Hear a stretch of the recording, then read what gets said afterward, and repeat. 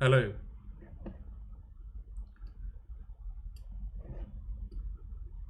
Just checking that the audio is coming through all right. We're live on Assembly Online again. Thank you for tuning in if you're at home. If you've got the window in the background, bring it to the foreground. If you'd like to post in the chat and say hello and let us know who you are and where you're tuned in from. It's always nice for the people involved in the events to see who's listening and watching at home. I imagine we'll have quite an international audience tonight, maybe? I'm not sure. If you haven't joined us before, this is Assembly Online. It's a program of visual arts, poetry, sound and performance. Tonight's event is Oven By. An Oven By event is a series of artist talks, screenings and discussions organised by the contemporary art critic Jonathan P. Watts. Tonight's event is with Robert Glück, who is joining us from San Francisco. I'll be back at the end to chat a bit more about what we've coming up. But I'm going to pass over to Jonathan now. I can see a few people saying hello in the chat. Paige M, Francis Martin, hi from Norwich, and Rosie there, and 20 something others of you. Jonathan should be joining the call now.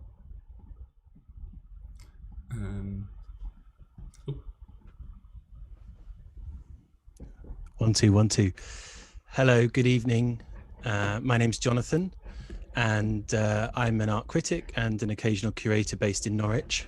I'm also the programmer of Oven By, which, as Henry suggested, is an ongoing series of artist talks, screenings, and conversations hosted by the Assembly House Trust in Norwich in the east of England. Oven By is part of a wider programme of contemporary art, an activity that's overseen by the Trust's visual arts coordinator, Henry, who you've just met. At the beginning of the first national lockdown in the UK in March 2020, the programme moved online. And really what we've lost in the intimacy of physical congregation and conversation, we've gained in geographical reach. The programme Oven By, it doesn't really have a thematic design. In other words, it's not tightly programmed to develop a set of themes, but what coheres the programme, however loosely, is that the work presented has some association with East Anglia, and often that it points to overlooked and or radical histories of the region. At the last event on the 12th of November, we welcomed Matt Annis, who is author of Join the Future, Bleep Techno and the Birth of British Bass Music, which was published by Velocity Press in 2019.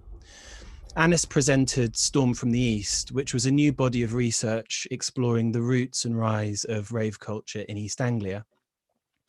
So beginning with the coastal holiday camp, Soul All Day, a scene of 1975 to 86, Matt plotted the development of divergent dance musics from acid to breakcore coming out of Essex, finishing with Storm from the East, which was the title of a CD compilation of very dark, very jazz influenced drum and bass from the East Coast, which was published by the label Moving Shadow Records.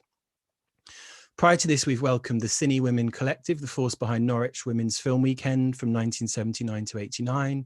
We've welcomed Justin Barton, who presented the audio essay on Vanishing Land, which was produced in collaboration with the late Mark Fisher in 2006. We've welcomed filmmakers Louis Henderson and Emily Richardson, and we started off the programme with the collage artist Simeon Barkley. But tonight, for the 7th Oven By event, it's a total kind of tremendous privilege to be joined all the way from high on a hill in San Francisco, 5,000 miles that way, by the writer Robert Glück. And Glück is the author of the beguiling book Margery Kempe, first published by Serpent's Tail in '94, but reissued more recently in 2020 as part of the excellent New York Review of Books classic series. So I'm just going to spend about 10 minutes introducing the texts. Bob will read for between 20 and 30 minutes, and then there'll be an opportunity to ask questions. I will start off with a question, but the stream chat is open on the side, to the right-hand side of the frame. So please feel free to post your questions, comments, observations in the stream chat. Ostensibly, Gluck's Margery Kempe does two things. It records the unrequited love of the narrator named Bob and his younger, wealthy, rich, increasingly distant lover, Elle. And it represents a life of Margery Kempe. And I say represents, but perhaps translates is more appropriate, with its sense of going across, beyond, through, to, and ultimately leading to transformation. And by bringing these two things into relation, Bob and Elle and Margery Kempe, a third thing or things emerge. So early on in the book, in one of several self-reflexive moments, Bob characterizes the book structure as being of two halves, only to then replace it with a standard format for medieval altar paintings, the triptych. Quote, "How can the two halves of this novel ever be closed or complete?" Or, "The book is a triptych. I follow Elle on the left, Marjorie follows Jesus on the right, and in the center," and here Bob quotes Marjorie directly, "my fear hollows out an empty space that I can't fill." Later, reflecting on the book in a piece from 2000, which is reproduced in this new edition, which is titled "My Marjorie, Marjorie's Bob," Gluck wrote the following: "The two stories are like transparencies. Each can be read only in terms of the other."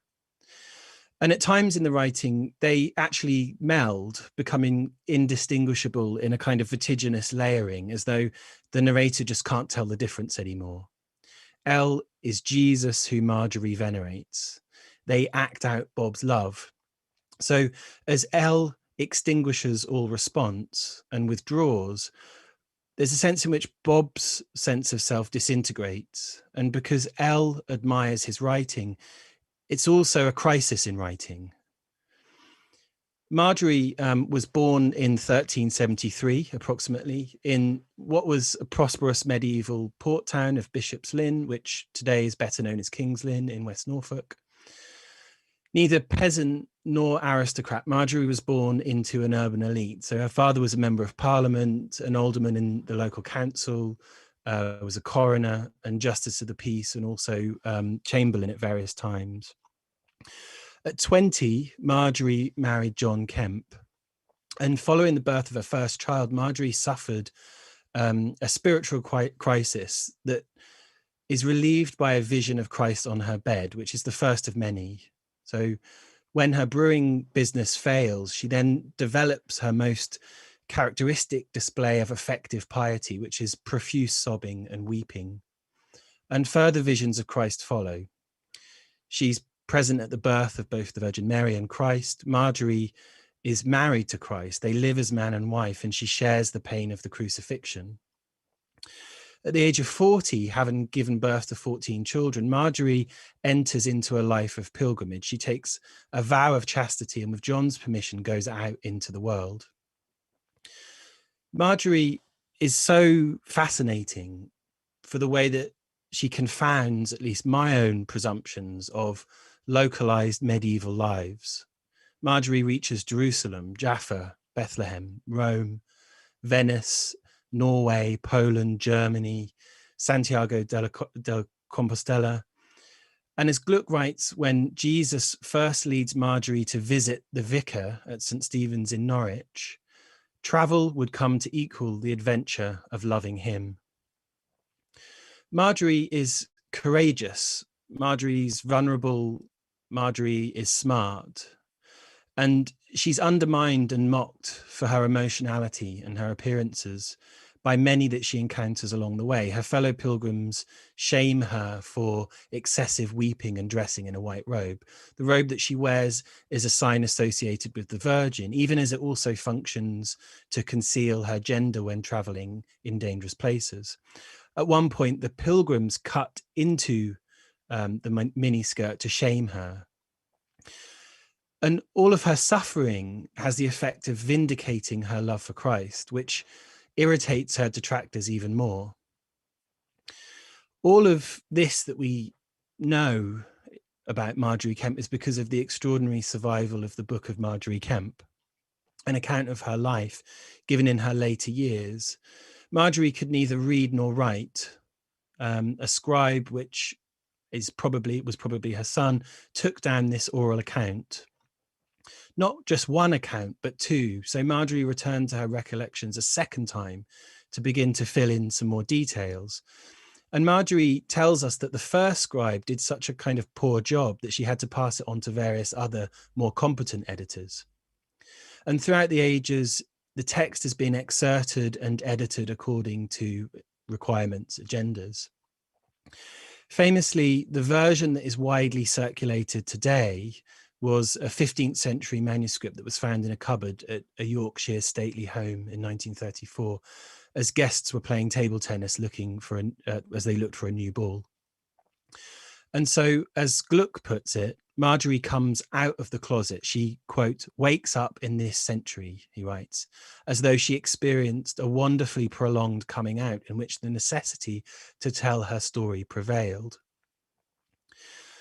Any clerical or scholarly discussion in Marjorie's story would have been gleaned from others reading aloud to her or from conversational accounts.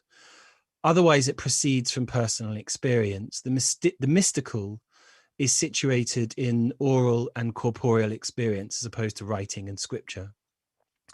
Today, the book of Margery Kempe is often talked about as being the earliest known autobiography of an English person.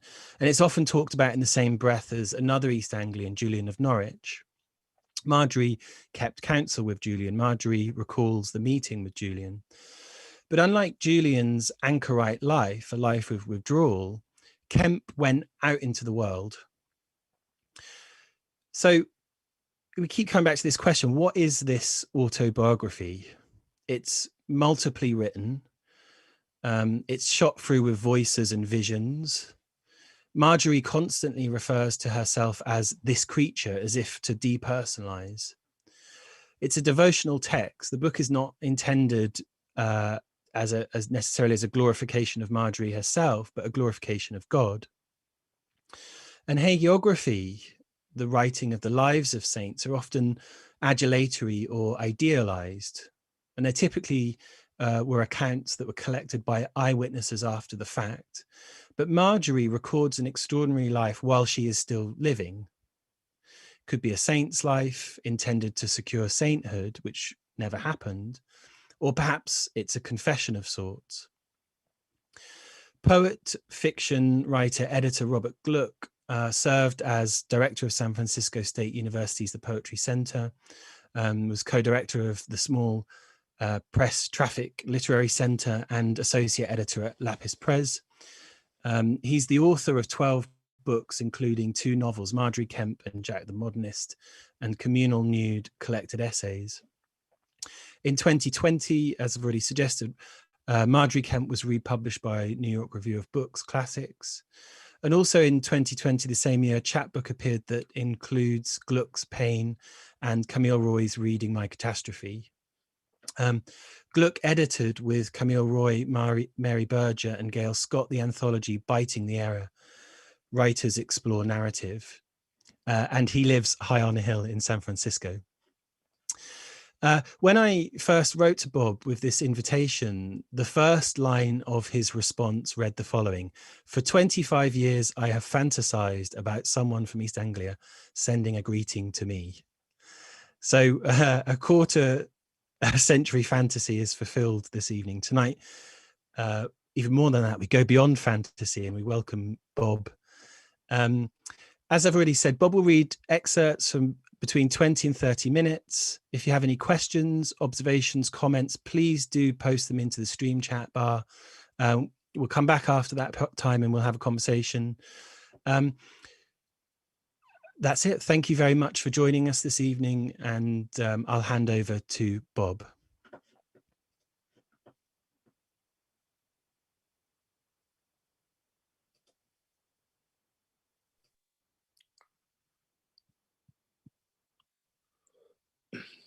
Hello.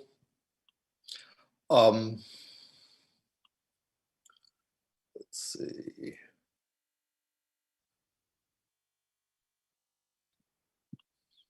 Okay.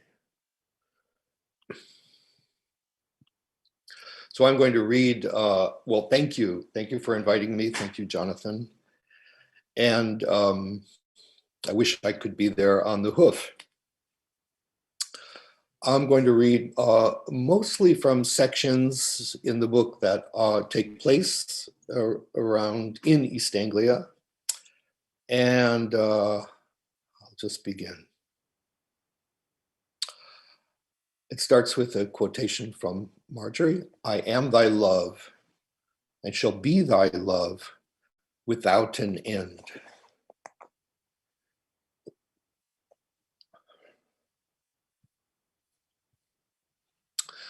Can I interpret love's canceled flights with only the language of canceled flights, his delayed arrivals with the language of delay?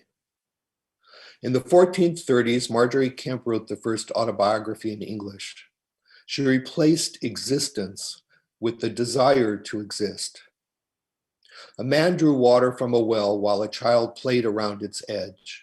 Beyond the city walls lay square orchards, wattled enclosures, and sheepfolds, clear blue sky, whitish at the horizon.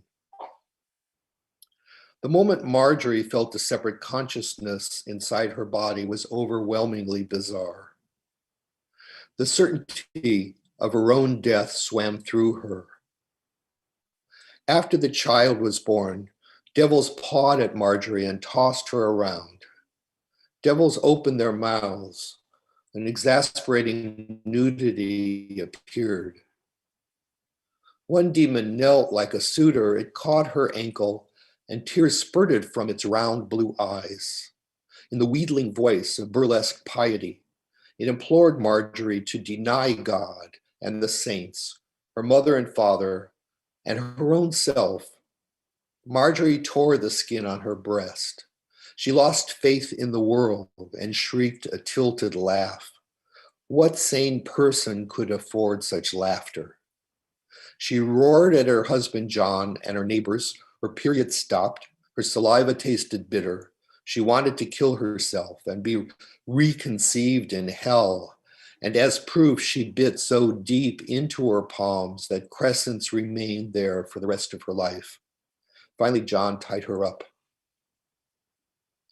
Half year, 8 weeks, and odd days later, as Marjorie wrote, she lay so wide awake in the early dawn that the outside was pushed into sleep.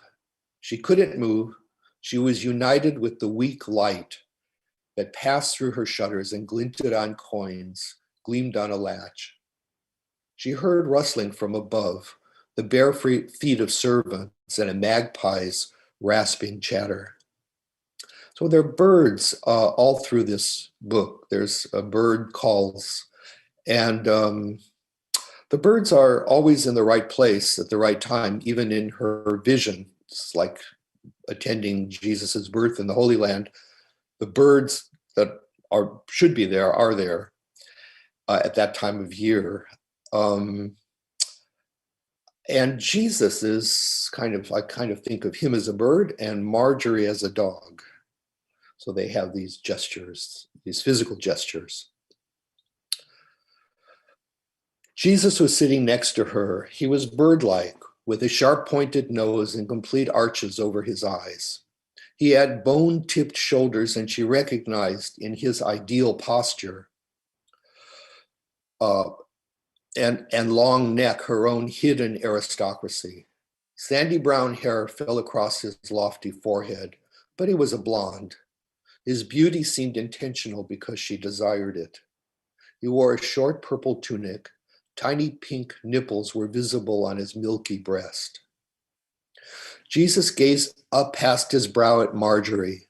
His irises were disorganized blue geodes. He had been crying all weekend. It was Monday morning and he was still crying.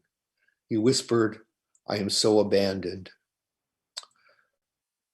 He raised his head in sadness and his face held the slow joy of deep sky above the sun.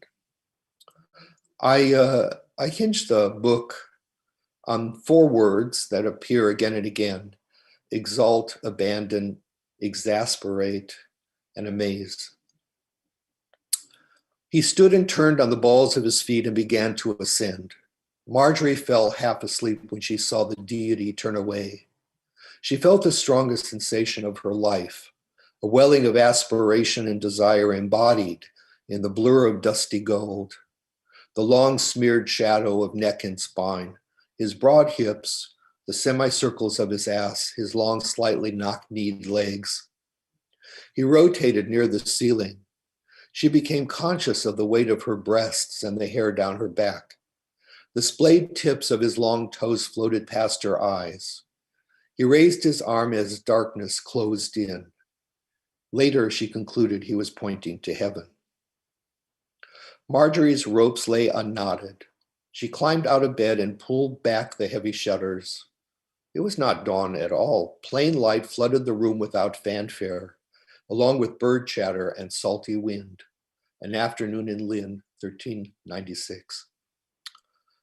The wind would be salty because at that time, Bishop's Lynn, as it was called, was by the shore, by the wash.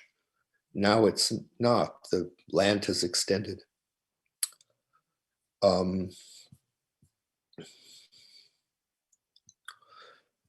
Now this is where Elle gets introduced in the book, who Bob is after. Elle's summer house on Cape Cod. We choose a little square room, the only bedroom that has heat. Mid-morning, early spring, the heater produces a tropical climate. Elle kneels on the bed and I stand behind him. Veins run beneath the skin of his white gold limbs like the web in insect wings. I draw his bony jaw over his shoulder and we kiss. Then I withdraw except where we are joined. His own humility excites him. The motion of his ass makes me simple. Its hunger seems ageless. I raise my fingers in amazement. I'm entirely awake. All systems go. My skin intensifies as though the front of my body whirls. Incredibly, he whispers, "Hold me." And I caress his chest and body as he comes. Later, he drives me to Logan Airport. Wipers have left semicircles of dirt on the windshield of his Rabbit. We are speeding, late for my plane, but our sex has made us horny, and I want to squeeze orgasms out of him. We pull off the highway and park, wriggle through a wire fence, and trek into a young forest of birch and pine. The woods look oddly beat up. Broken branches strew the ground. We stop in a clearing that seems more pressured. Well, he cocks his head in mild amusement. His features are a landscape that invites keenness of sight, and that each element, cloud, lake, tree, tips towards me.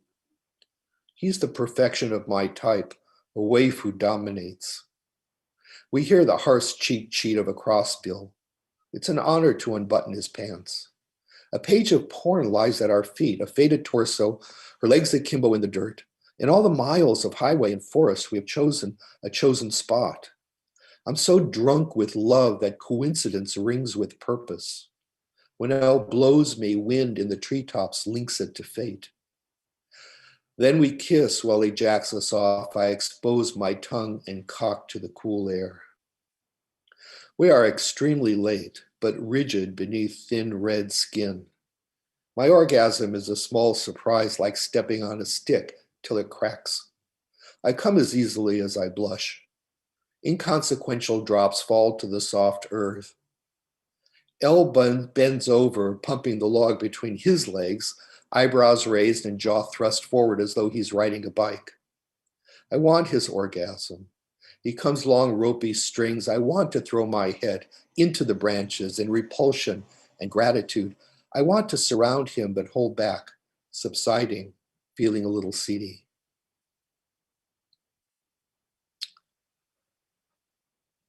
Then I'm going to jump to another. Let's see where we are.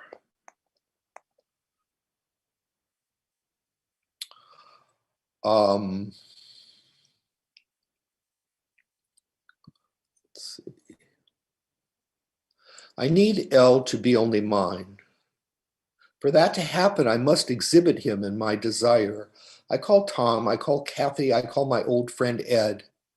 In the theaters of their consciousness, I stage my drama. That my love for L is possible, actual, that my joy exists. Interaction shifts the ground of the finite. They create belief by responding to my story when I meet them in cafes, on street corners, on the phone. Marjorie turns the cosmos into the witness of her love. Ed is breathless. He will die before long, and I feel ruthless using up his strength. But he listens to my boastful grievances in amazement. I kept Marjorie in mind for 25 years, but couldn't enter her love until I also loved a young man who was above me. El won't say I miss you. He did say I love you. He gives me clothes and presents whose accuracy is a higher form of speech.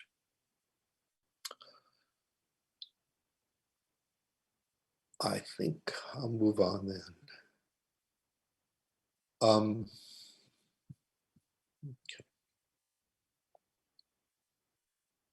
The following August, a few weeks after the baby was born, she had 14, Jesus asked Marjorie to go with him to Norwich to meet the vicar of St. Stephen's.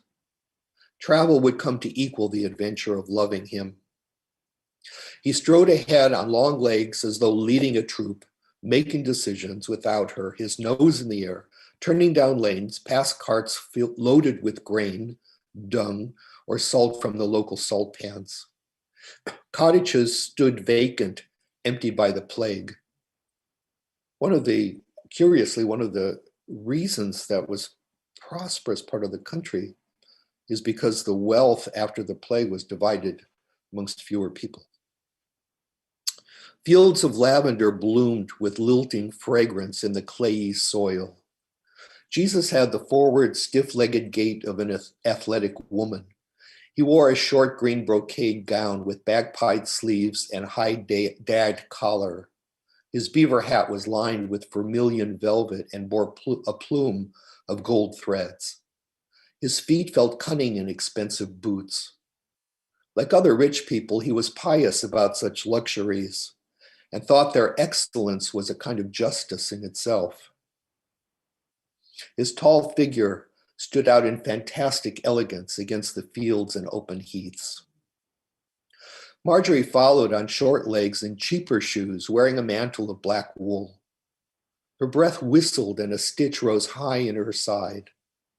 The lane was deeply rutted, and in places centuries of traffic had worn through the strata of freestone, so it looked more like a watercourse bedded with naked rag.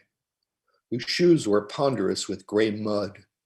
A partridge called in the fields, a high creaking keeve, it. Jesus had not slowed down on the hills. Why are you walking so fast? He looked back, eyebrows raised. The world spread out, offered to the view. The sun was at the meridian.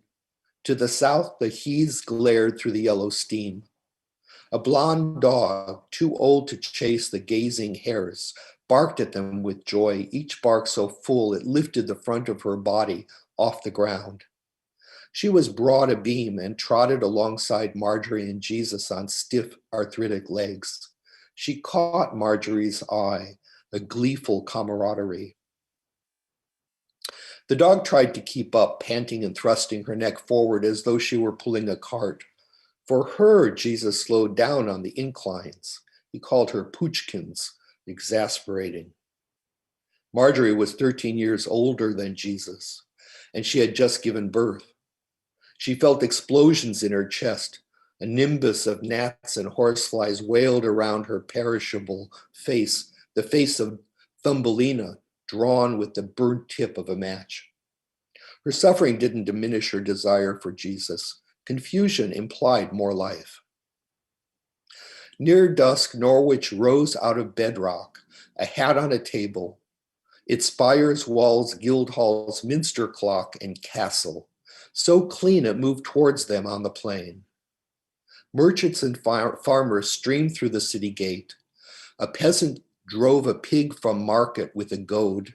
the peasant's alcoholic face so bright with need that Marjorie responded with unwilling arousal. A blind man begged on the grass. A young woman stared shyly at the retreating back of a lady with coiled yellow hair. She wanted to press that lady's low-slung breasts together and suck both nipples at once. The lady was escorted by a cavalier on whose wrist perched a kestrel with blue-gray head and spotted chestnut mantle. Norwich was in the midst of a summer festival. Doorways were decorated with St. John's wort, lilies, and lanterns, hung to burn all night. Near the bonfires, wealthy citizens set meat and drink for their neighbors. The streets were so crowded that any cranny of emptiness was immediately filled by bodies going forwards a few yards. Marjorie and Jesus breathed air dense with sweat and perfume. They felt touched by the ephemeral. They had remarkably similar takes on goods and people, the jugglers and the bear.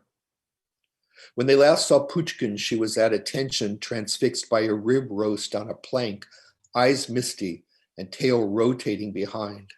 Jesus said, her hunger seems ageless. She ignored their calls. On Thursday, a little before noon, Marjorie entered St. Stephen's. The vicar wore a mantle of fine black shank.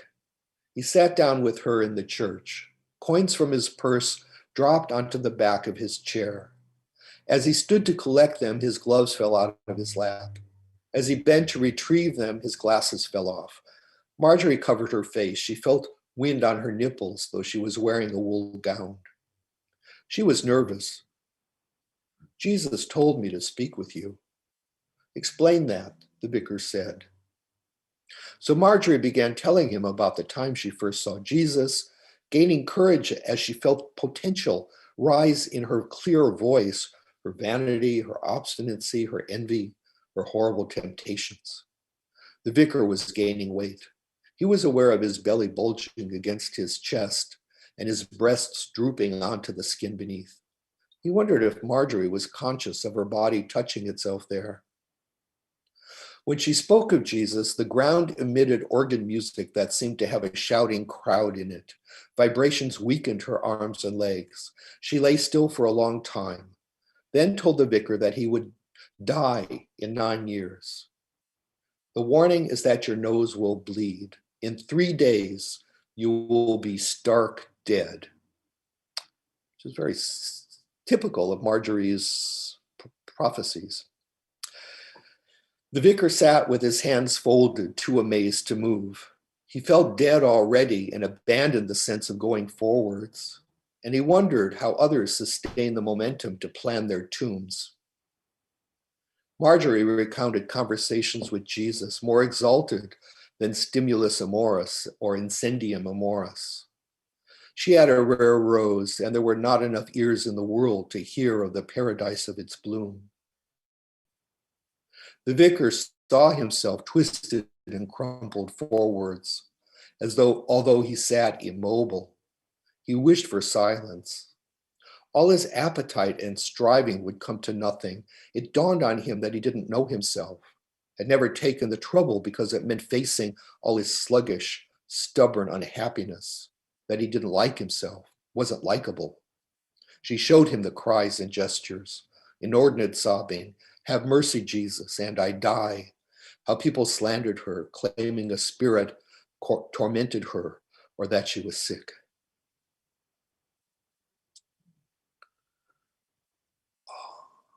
Let's see.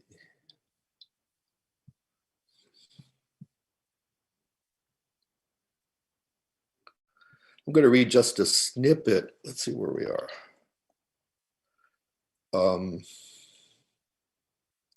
No, I'm going to skip that then. Here's a section where Marjorie's crying, a section on her tears. Jesus, when I feel the difference between my stale life and the ecstasy of life with you, I revive the desolation I felt before meeting you in order to coax your appearance. I begin crying so intently My voice sounds hoarse and strange. My face is rigid. My arms and legs are weak, and civilization grows tender and sensitive to pain. There is a bleating in my chest, a sixth sense, the continuous awareness of your body. I enlarge myself by equating your tenderness towards me with the pain of your death. My jaws lock open and tears and mucus spool off my face. I'm on my stomach in a side chapel at St. Margaret's. My hip bones press against the floor. Gas moves through the side of my gut. My hot cheek grinds on the stone. My crying is choked.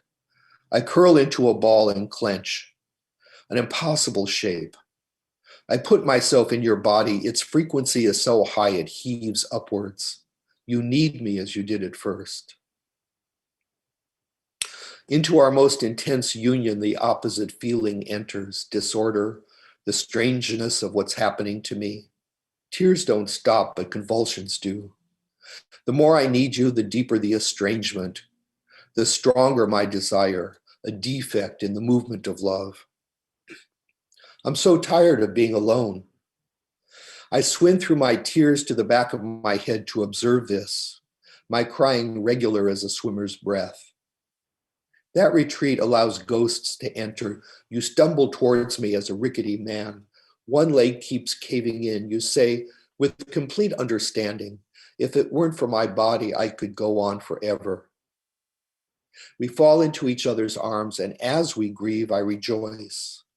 A welling feeling of life, which now even pain stimulates. I become aroused as the flat, sweet odor makes my gorge arise. I promise that I will save you. Your eyes darken and your face rolls away. The stench of decay spreads as I make the pledge. Your tongue is stiff as the metal clapper of a bell, purple-brown like burnt iron. Everything wasted. I witness my anguish with excitement. Who would reject more life? In my bleak, monotonous weeping, I wonder at the very terms of suffering's argument. That you are, my love is, you die, flesh is, a baffling confirmation. It's not pain or joy until wept out as fiery tears. That outburst causes a tooth of pleasure to bite hard. Currents travel through me to the distance. When I finish crying, I'm empty, exalted. Withdraw my tears, and I do not enjoy food, drink, or talk. There is no flavor until I weep again. Let's see where we are.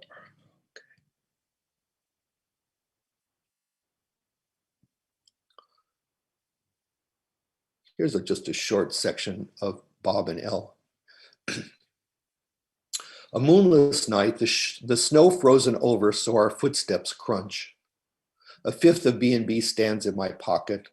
The waterfall doesn't make a sound, a huge sheet of mid-flight ice. Elle's flashlight beam finds an oval that melted or never froze.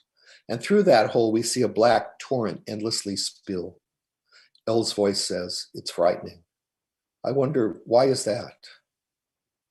We share a flask, a mouthful of potent fumy syrup.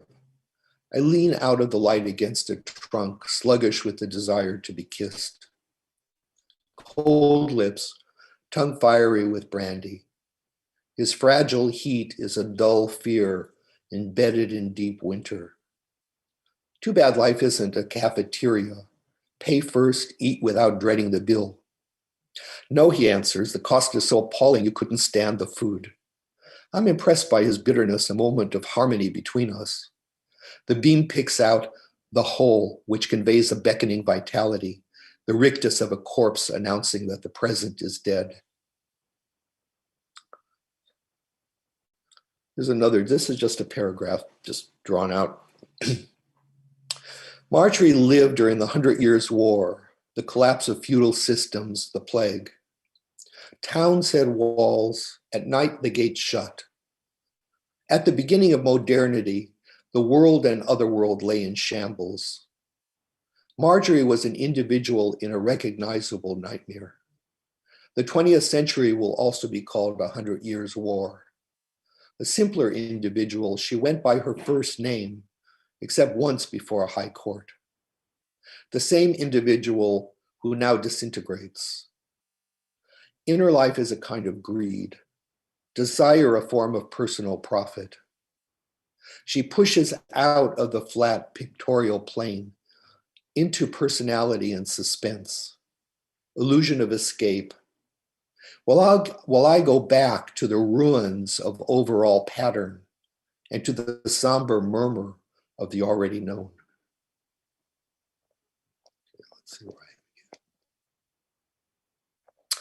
I will read one more section. I wanted to read a section I made when I was rereading this book after 25 years since it was published last year. I came across many surprises, and one of them was that I had made Kevin Killian the Bishop of Lincoln. And Marjorie goes and has a conference with him. And that's the last section I'll read. Kevin Killian is a wonderful writer, a dear friend who died now 2 years ago. Philip, Bishop of Lincoln, had presided over Marjorie's vow of chastity. A peacock angel opened, first she went to Leicester Abbey and into the church. A peacock angel opened a mandala in the bulging air in which Jesus sat naked on a three-legged stool. She was used to swallowing him whole. Anticipation elongated her body and arched her forehead. Jesus walked towards her. His milky skin was so fine his veins were visible. Her knees buckled. She held onto a pillar and felt as though she were running. The unruly outside was sucked into her body with her breath. He was grinding every grain of separate existence to dust. A thick swarm buzzed louder towards longed for intolerable crescendo. The excitement was also a light sense of well-being, tapered her, lifted her lips and nipples. She was moved but also disturbed by his torso, a face without features. Jesus lowered his lids and tipped his head back, basking and effeminate. 2 tiny points of hair on his chin were his beard. She questioned her attraction and answered yes, it was strong. The next day, Thomas brought her to the bishop's palace. Philip was still in bed. In his hall, men stood around in clothes fashionably slashed and cut into points. They were dandies. They wore jeweled circlets on their heads and fluffed their hair out around their ears. Their gowns ended above the crotch, and they wore party-colored hose with long pointed toes. Their gestures expressed cordiality, delight, disarming confusion, throwing caution to the winds. Marjorie's attention was specific and random as a flashlight beam loosely dragged across her century. Finally, Bishop entered wearing a jerkin of otter skin and a plain green cloak. He circulated among his guests, isolated in his mannerisms, existing entirely at the level of delighted greeting and rush of compliments. He squirmed with pleasure to see Marjorie and asked after John. Her old affection for John surfaced as remorse, his tremulous sweetness, and the purity of his open face. Philip insisted that she was doing him a favor by accepting his letter. He invited her to dine with him. It was disconcerting to be with someone so happy. Philip sat with his back to a huge fireplace. Sparks flew upwards above the round plated fire screen. Mint and fennel were strewn on the floor to sweeten the air. His pantler and carver stood by, and his cupbearer poured French wines. His cupbearer was so young that when he came, his body arched like the swag of fruit that dangled above Philip's head. Marjorie joyfully ate cherries, then wine, white bread, fresh beans boiled in milk, roach and crab, eel pasties. rice cooked with milk of almonds and cinnamon, lampreys baked with a sauce, tarts, new cheese, and fruit. Marjorie asked Philip, as though in confession, "Which way should I go from here?" Philip shook his face as though clearing away cobwebs of sleep. Her question was entirely novel. He furrowed his brow and pressed one finger against his forehead in exaggerated thought, while Marjorie waited in silence. Finally, he said, "That depends on where you want to get to." The bishop vanished quite slowly. The darkness of time was the darkness of unconscious life. Marjorie talked more urgently as his face faded and white stars began to shine through it. The air became white. The sky was yanked up at the corners. Heavy storms flattened the crops and blew petrels inland, where they fluttered on gray wings. Like bats above the ponds. His grin grew wider after the rest had gone, expression without context. Horses waded belly deep into the water to crop the grass floating on the surface. In Leicester, thunder soured the beer. The mare grew lean with fright. The storm tore branches off old trees, and the devil ripped the mare's soul out and flew away, holding its corner at arm's length, like a dirty napkin flapping in the wind. Okay, thank you. That was exactly 30 minutes.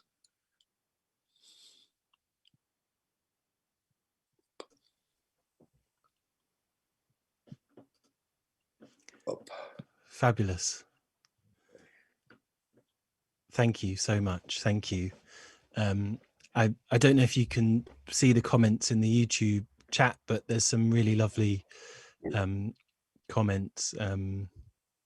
You're at the end of somebody's table. Rio Bravo is saying that you're at the end of their table on a device. You should be there more often. I'm sorry. I missed what you said. Oh, I see. Bob, so in one of the early excerpts that you read, the narrator writes, "I kept Marjorie in mind for 25 years, but couldn't enter her love until I also loved a young man who was above me." And I suppose I'm interested to know, how did you first encounter Marjorie? Well, not very exceptionally. I read, there was an excerpt of her work in a medieval literature class at UCLA, where I did part of my undergrad work. And I just immediately knew that there was something there that I had to explore. I think it was her, the way that she did not know that she was really a modern person, and that she didn't have the tools to understand her situation. Mm. And I felt that describes our period, that we don't actually have the tools. Maybe we're getting some more now, but certainly when I was writing Marjorie, it seemed like we did not have the tools to understand our situation, to evaluate, to make evaluations, to judge a life. Right before then, you really could judge a life. You could have a saint's life and you could judge it. By the time Marjorie came along, you didn't exactly know what to make of experience. The paradigm was changing from medieval to modern, and there wasn't a way of judging things. And that struck a chord with me. I felt that that was true of our period. And the first thing I did was try to make a play out of her, a musical, in fact. A musical. I was writing songs. Can you recite any? Well, it opens with this kind of medieval fantasia and a kind of a long, narrow monk steps on and he sings, I am a doctor devoid of folly. I wrote a treatise praising melancholy. But then I was just like, we're talking about 1973. I was like a hippie, and I wasn't like a hippie. I was a hippie, and what did I know about making a musical comedy that ended in the crucifixion? So I realized this was just not the way in, but also I just didn't have the emotional entryway into the work, and so that came later. That came later when I sort of inflicted my midlife crisis onto this this person I was chasing, who has since become one of my best friends. Yes, you write somewhere else. Marjorie steps into modernity so empty she needs an autobiography. Well, that's what autobiography is, isn't it? It's trying to make sense of your experience, as opposed to knowing what it means in the first place. Mm-hmm. I was interested. I mean, I in my introduction, I talked about this idea of rewriting the book of Margery Kempe, and then I sort of realized in my writing of that it needed, maybe translation was a more appropriate term. But of course, one of the things that you do is to represent Marjorie's life. And I wonder if you can tell us a bit more about that process. I mean, were there certain things that you prioritized? I mean, there are ways in which, remarkably, she appears, a kind of queer, medieval modern figure. So can you tell us a bit more about kind of the things that you were prioritizing in rewriting that? Well, I a number of times in my writing, I borrowed someone else's story, and in order to give a plot to my more plotless story, my story being kind of full of emotions and the other story being full of plot. And so there's a kind of pattern in my work of that, although nothing as extensive as this, of course. My process was, I just copied out her book. Yes, I made a synopsis of it, but I guess you would say in the end I developed a sentence that is half Marjorie's and half mine. So that's really, in a way, in my mind, that's the heart of it. That sentence. After I was done with Marjorie, it was years before I could write again because I didn't know how to write a sentence. That was the sentence. And I lived in it. I haunted it. And so that's my first, I think the most basic, the core is that sentence. And then, well, I copied out the plot and the story from her book, the parts that I wanted, because of course she did a lot of other things that are not in my book. And then I used it as just a structure to start hanging this, or collaging in what I thought was important. And well, it was, I worked on it a long time. It was about 5 years. And was there a concern for historic specificity? I mean, I'm thinking about, the fascinating thing about the bird calls are, they're a bit like what I guess Roland Barthes would have called like the effect of the real, these precise details.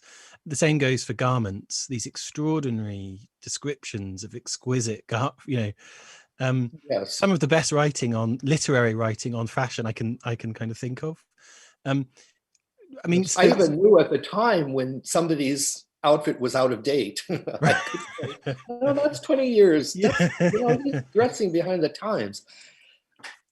I didn't want to read a lot of books about Marjorie because I wanted this to be, I didn't want it to be a historical novel exactly.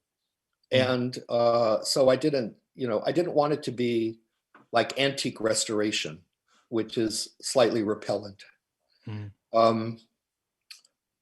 so I chose certain things that I wanted to be, that I kind of fetishized to be exactly accurate. The birds, for one thing. The clothing is all pretty much what people would have worn. The Jesus's clothings are from representations during the period. The food is pretty accurate too. Food is always interesting to me. And so people are, like at one point in the section I didn't get a chance to read, Marjorie is back taking care of Jesus after he's born. And she says they brought along a pot of beer and some stale bread. So she made a soup called beer bread. Yeah. And I love how flat-footed that is. So anyway, the food, the clothing, on the other hand, I asked friends, women friends and men friends, to give me observations about their bodies. And I layered them into these kind of shadowy medieval characters. There was actually a question in the chat about this. Does that answer your question? There was an observation in the chat from Okbey saying, "I really love Kevin Killian as the Bishop of Lincolnshire. I wonder what other roles real life friendships play in the book." Well, one part that wasn't exactly a friendship was she goes to Archbishop Arundel, who liked to burn heretics. And I made him my old boss, who was a woman, actually, and I gave him the sort of tight gray ringlets of a schoolmarm, which she had. So, yeah. I'm not sure what else. People are sort of composites, but Kevin was very much present in that character. Arundel, yes, burnt heretics, burnt lollards. He was one of the people who decided about Joan of Arc, about burning her. So, I mean, that's to say, this was no joke. I mean, Marjorie could easily have been burnt. A lot of people tried to kill her. And her crime was wearing white clothes. I mean, it was a period, as I say, where people just didn't understand. You saw somebody in white clothes who wasn't supposed to be in white clothes, a married woman who had had children. And you don't know what it means. You don't know if that means that the world is going to end tomorrow. You don't have a way to limit the meaning of that. It goes white clothes. She's a lollard. She's a whore. The world's going to end. And so it was no joke. There is a concern that arises again and again, and I'll try and articulate as best I can, around kind of forms of community. You write somewhere, community is founded on finitude. There can be no community of immortal beings. And you've talked about Kevin Killian and various other friends who were incorporated into characters, were brought into characters. So there is a production of a community there. It's really interesting that in your own writing and the spaces in which you've shared work, you've been interested in creating community. And there is a kind of way in which you think about your own obsession and your own relation as somebody of Jewish heritage to Marjorie, and in relation to Elle, who you say is a WASP, White Anglo-Saxon Protestant. I think that's what it stands for. And there's this very striking moment in the book where you recall, or Bob recalls learning about the destruction. I encouraged the mix-up. Okay. there's a moment where Bob reflects on the destruction of the Jewish people, and I can't also help but think about this in relation to the destruction of heretics or the destruction of witches, or in relation to this kind of current social political context for Elle, you know, with who is this kind of glimpse into HIV/AIDS and the sort of sense of a fragility, HIV/AIDS in the States at that time through work, through act. And I can't help but sort of sense a sort of sense of the fragility of community that's sort of in there somewhere. I don't know if that's more of an observation than a question, but perhaps you have a response to that. Well, I don't know where to begin.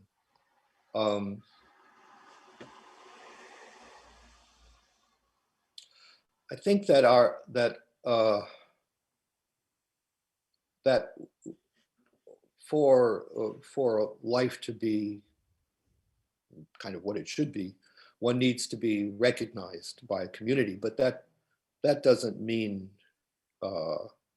that's a pretty loose term in my mind. It could be the three people in the elevator who share a grimace about something wrong with the air or something. So it's just the way that people organize themselves into groups where they create a stage for the performance of self and the performance of people's lives. Your life doesn't really occur unless it's occurring also in the psychic life of other people. And so that's sort of a kind of at heart what I mean by community. And well, the plague, I mean, I talked about HIV in the book as our plague. Marjorie had hers.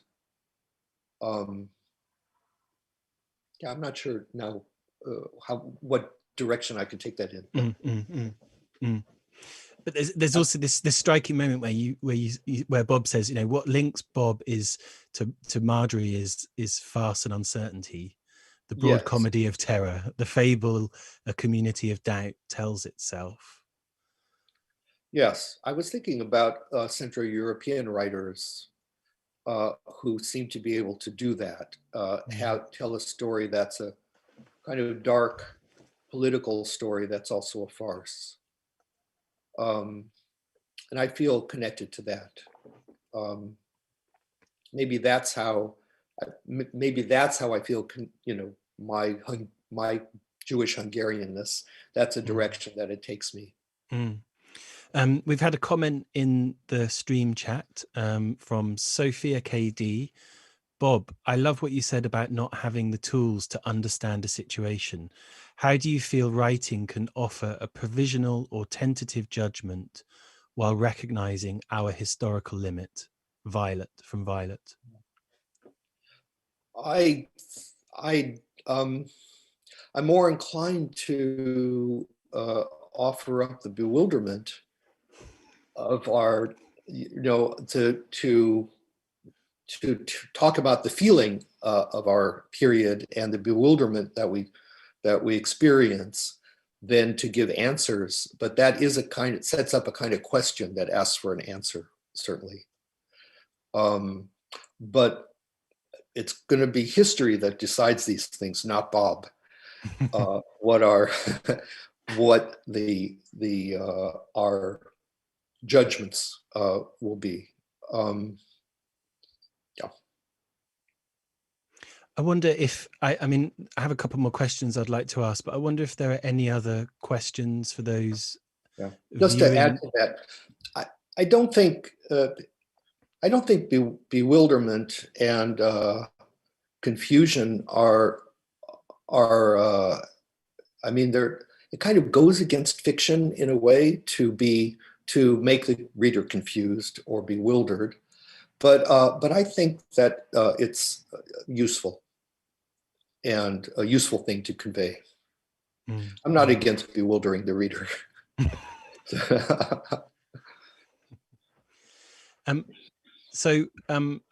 of course, I know, because we've talked about this before, you didn't visit East Anglia, but then No, but there may have been, you know, half a dozen other places that you just as well may have visited, you know, in order to write this book. So Yeah. I'm interested to know what your sources were, where they came from, and how you, Mostly visual, mostly painters. Constable painted East Anglia.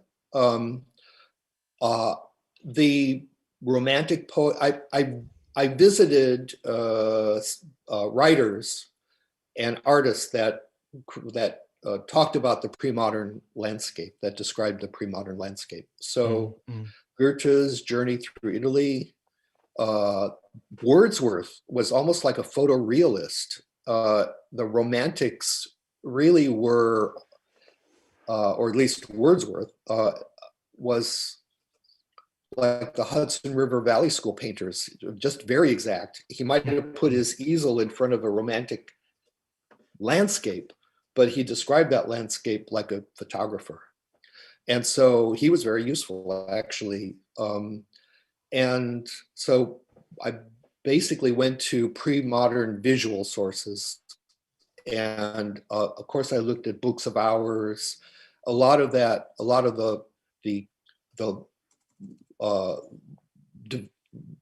like, I think Norwich was represented in a book of hours. And so that's how that description came to be. I brought images to my artist friends who were used to describing visual things. So just to get it more sharp, to get it sharper, I brought angels to my artist friends and had them describe the angels. I could see Giotto angels. I was thinking of Giotto as, you know, as in your one of them, yeah. So I used I guess that's to say I used contemporary and, you know, and more or less contemporary, but pre-modern sources, mostly visual. Because of course there is the difference, the gap in time between, you know, the original publication and the republication. Oh yes, 25 years. Can you tell us a bit more about the reception of the book at the time compared to how it's been received today? Well, if you know. I did get a few death threats. No, when? This time or before? No, in 95. Wow. Not a lot, but there was quite a bit of objection, and yet people championed the book. Mostly my women friends and women in general sort of took Marjorie on. And I have to say that I wrote Marjorie thinking about my women friends. And so that was really pleasing to me. And often, on the other hand, when a man attacked me, he was attacking me because he felt that I was doing something wrong to women. So that he was defending women. And that's why he was angry at me. Nobody was defending Jesus exactly, but well, maybe a few people, but a few people defended women. And then the largest, I don't know, it didn't get reviewed very much. It got reviewed much more this time. But one review is etched into my memory. Publishers Weekly, the last sentence of its review went, and I could quote, "Whatever Robert Glück hoped to achieve, he has failed." So they didn't tell me, they had decided what I hoped. So, well, I don't know. So anyway, so yes, and other places reviewed very well, but a few. It wasn't a lot more this time. But other people through the years, like, Chris Kraus wrote a wonderful piece on it for Book Forum, and many other people took it up, taught it, and so on. we perhaps we'll just bring it to an end. It Yes. feels a bit unfair to end on that, whatever Bob was trying to achieve. Perhaps instead just Well, to, I got the laugh. I did get the last laugh on that. And we're laughing now. I thought perhaps I could just read those 4 last words, those extraordinary words that seem to compress the entire book: exalt, exasperate, abandon, amaze.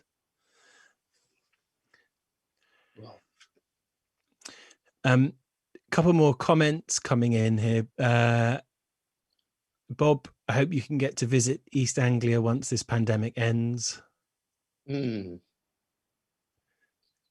And someone else is saying no one deserves to experience East Anglia more.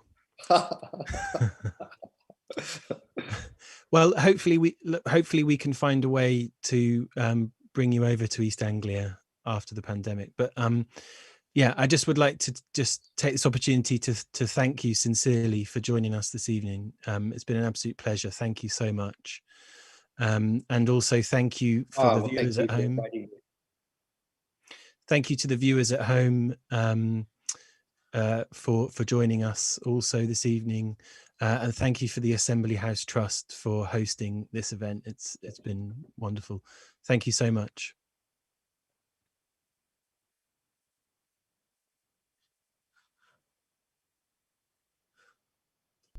Thank you both.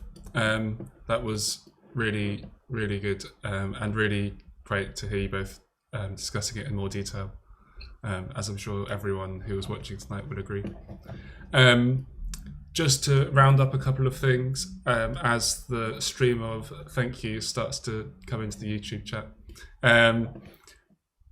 just upcoming on Assembly Online, we've got, in 2 weeks' time, on February the 18th, we've got an international poetry reading, number 6, hosted by Kai Draper, with Cassandra Tryon from Sweden, Praise Asawara from Nigeria, Serge Neptune from the UK, Monica Prince from USA, and yeah, hosted by Kai. On March the 4th, we've got an original projects event to be announced. March the 18th, Jonathan might be back. April the 1st will be Groundwork Gallery, with Veronica Secules. April the 18th will be a Sarah Lowndes event, and then end of April will be the closing event for the programme, after which we're going to have a few weeks off, and then there'll be a summer exhibition at the Assembly House. So lots coming up on that. If you haven't watched Assembly Online before and would like to join us again, I'll post a link now in the chat to the mailing list. And also, if you haven't read the Margery Kempe book by Robert Glück, I'd very much recommend it. Purchase a copy. I don't have a link. I can do. Oh, I do have a link to the New York book review. I did find the other day. I'm sure they can Google it. Yeah. Other search engines are available. Yeah. All from all your favourite search engines. Do have a look for it. Thank you, Jonathan P. Watts and Robert Glück, very much for joining us. And yeah, I hope we can welcome you sometime here soon. Yeah. You're good. Yep. Thank you. Okay, great. Yeah, everyone.